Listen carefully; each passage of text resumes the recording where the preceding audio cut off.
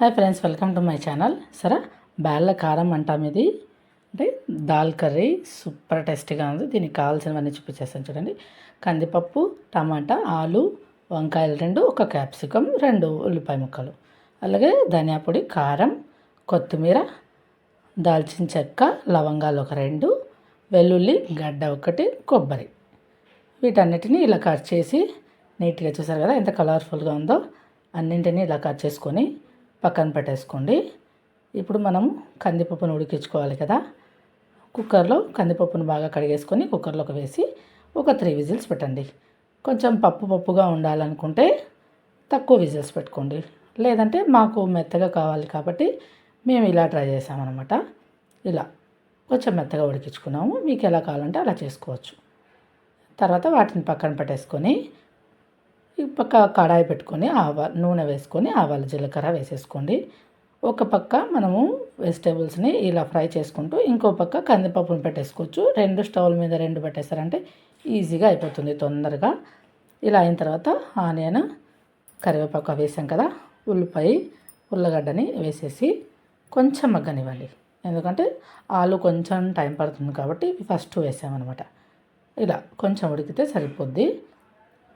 మళ్ళీ ఇంకా కొంచెం సేపు మగ్గిస్తాం కాబట్టి ఇలా కొంచెం ఉడికించుకొని మిగతా వెజిటేబుల్స్ ఉన్నాయి కదా అన్నింటినీ ఒక్కొక్కటి వేసేసుకోండి. మీకు నచ్చితే మా ఛానల్ని సబ్స్క్రైబ్ చేసుకొని లైక్ కొట్టండి, షేర్ చేయండి. ఒక్క హైప్ ఇచ్చారంటే మా వీడియోకి చాలా చాలా సపోర్టివ్గా ఉంటుంది. మీరు ఇచ్చే ఒక్క లైక్తో మా వీడియో చాలా మందికి వెళ్తుంది. ఇప్పుడు వంకాయలు మొత్తం అన్నీ వేసేసుకోండి. ఇలా అన్నీ వేసేసుకొని ఒక్కసారి కలిపేసుకోండి. మూత పెట్టేసామంటే కొంచెం బాగా మగ్గుతాయి. చూసారు కదా బాగా మగ్గిపోయినాయి. ఇప్పుడు ఇలా చిన్న మంట మీద చేసుకోండి. మరి హై ఫ్లేమ్ పెట్టకండి. అన్ని కుక్కర్లోకి వేసైనా చేయొచ్చు, కానీ ఆ టేస్ట్ కంటే ఈ టేస్ట్ చాలా డిఫరెంట్గా ఉంటుంది, చాలా టేస్టీగా కూడా ఉంటుంది. కాబట్టి మేము ఇలా ట్రై చేసేస్తాం, తొందరగా అయిపోతుంది. ఇందులోకి సాల్ట్ వేసుకోండి మీకు రుచికి తగినంత. మూత పెట్టేసి కొంచెం సేపు ఆగనిద్దాం. ఇప్పుడు మసాలా ప్రిపేర్ చేసుకోవాలి కదా. మిక్సర్ జార్ తీసుకొని కొబ్బరి, కొత్తిమీర, వెల్లుల్లి రెబ్బలు, ధనియాల పొడి, చెక్క, లవంగాలు అన్నీ వేసేసి వాటర్ వేయకుండా ఇలా పేస్ట్ చేసుకోండి. వాటర్ వేయకూడదు. ఇలా మాత్రం ఉంటే సరిపోతుందన్నమాట. చూపిస్తాను చూడండి. ఇప్పుడు చేత్తో కూడా సరే ఇలా ఈ కర్రీ అయితే ముద్దలోకి, రోటీలోకి చాలా బాగుంటుంది. ఇప్పుడు బాగా మగ్గిపోయినాయి కదా, అందులోకి మసాలా వేసేసి బాగా కలిపేసుకోండి. రైస్లో కంటే రోటీ ముద్ద సూపర్గా ఉంటుందండి.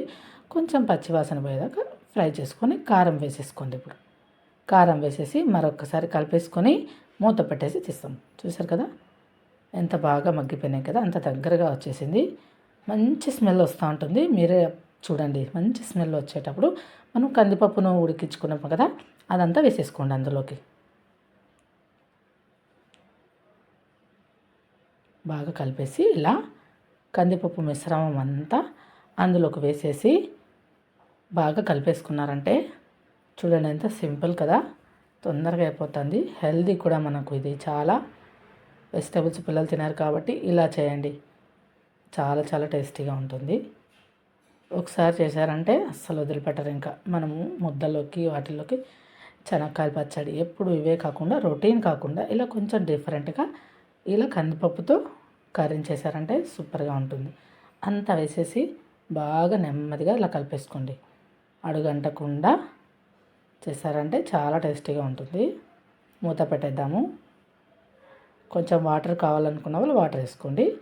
అంతేనండి, బాగా ఉడుకుతుంది కదా కొంచెం అంతేనండి, రెడీ అయిపోయింది. కొత్తిమీర చల్లుకొని ఒక్కసారి ఇలా బాగా కలిపేసుకుందాము. చూసారు కదా, చూస్తుంటేనే చాలా డిఫరెంట్గా చాలా బాగుంది కదా. మీరు కూడా తప్పకుండా ట్రై చేయండి. ఎలా ఉందో నాకు కామెంట్ చేయడం మాత్రం మర్చిపోకండి. చూస్తే నోట్లో నీళ్ళు ఊరిపోతున్నాయి కదా.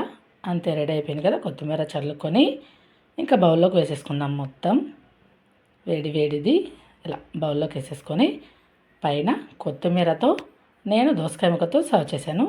ఎలా ఉందో చెప్పండి. ఒక లైక్ అండి. Thank you so much.